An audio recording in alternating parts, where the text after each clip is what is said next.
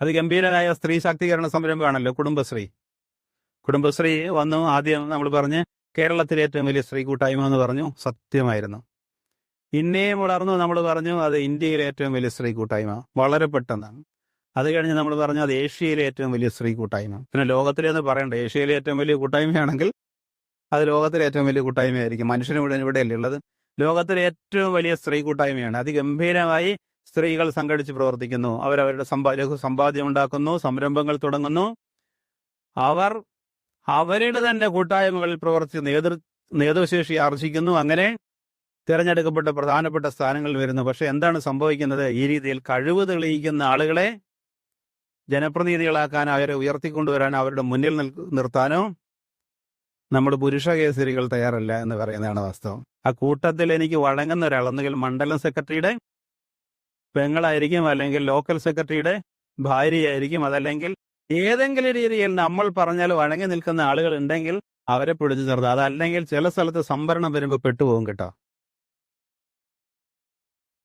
അങ്ങനെ വരുന്ന സമയത്ത് യഥാർത്ഥത്തിൽ അർഹതയുള്ള ആളെ തന്നെ പിടിച്ചു നിർത്തുമെന്ന്. ഈ രീതിയിൽ സാധ്യതകൾ ഉപയോഗപ്പെടുത്തി നാടിനെ മുന്നോട്ട് കൊണ്ടുപോകുക എന്നുള്ളതല്ല.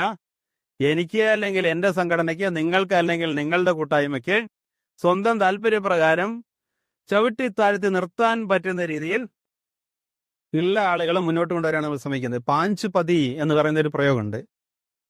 അത് നോർത്തിൽ നിന്നാണ് വന്നത്. അത് സംവരണം വന്ന സമയത്ത് സ്ത്രീകളെ ആക്കിയല്ലേ പറ്റുള്ളൂ. 1/3 സ്ത്രീ സംവരണമാണ്. ദേശീയ നിയമപ്രകാരം 1/3 സംവരണമാണ്. കേരളത്തിലാണ് അത് പകുതി വരുന്നത്. ആ സമയത്ത് സ്ത്രീകളെ പഞ്ചായത്ത് പ്രസിഡന്റ് ആക്കിയേ പറ്റൂ.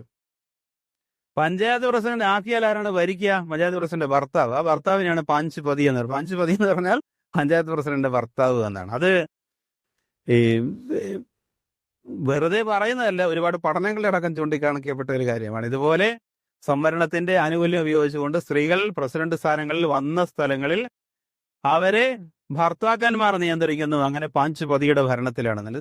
കഴിവുള്ള സ്ത്രീകൾ, ഞാൻ പറഞ്ഞതുപോലെ കഴിവുള്ള സ്ത്രീകളില്ലാത്തതുകൊണ്ടല്ല. പുരുഷന് കഴിവുണ്ടെങ്കിൽ സ്വാഭാവികമായിട്ട് സ്ത്രീക്കും കഴിവുണ്ടായല്ലേ പറ്റൂ.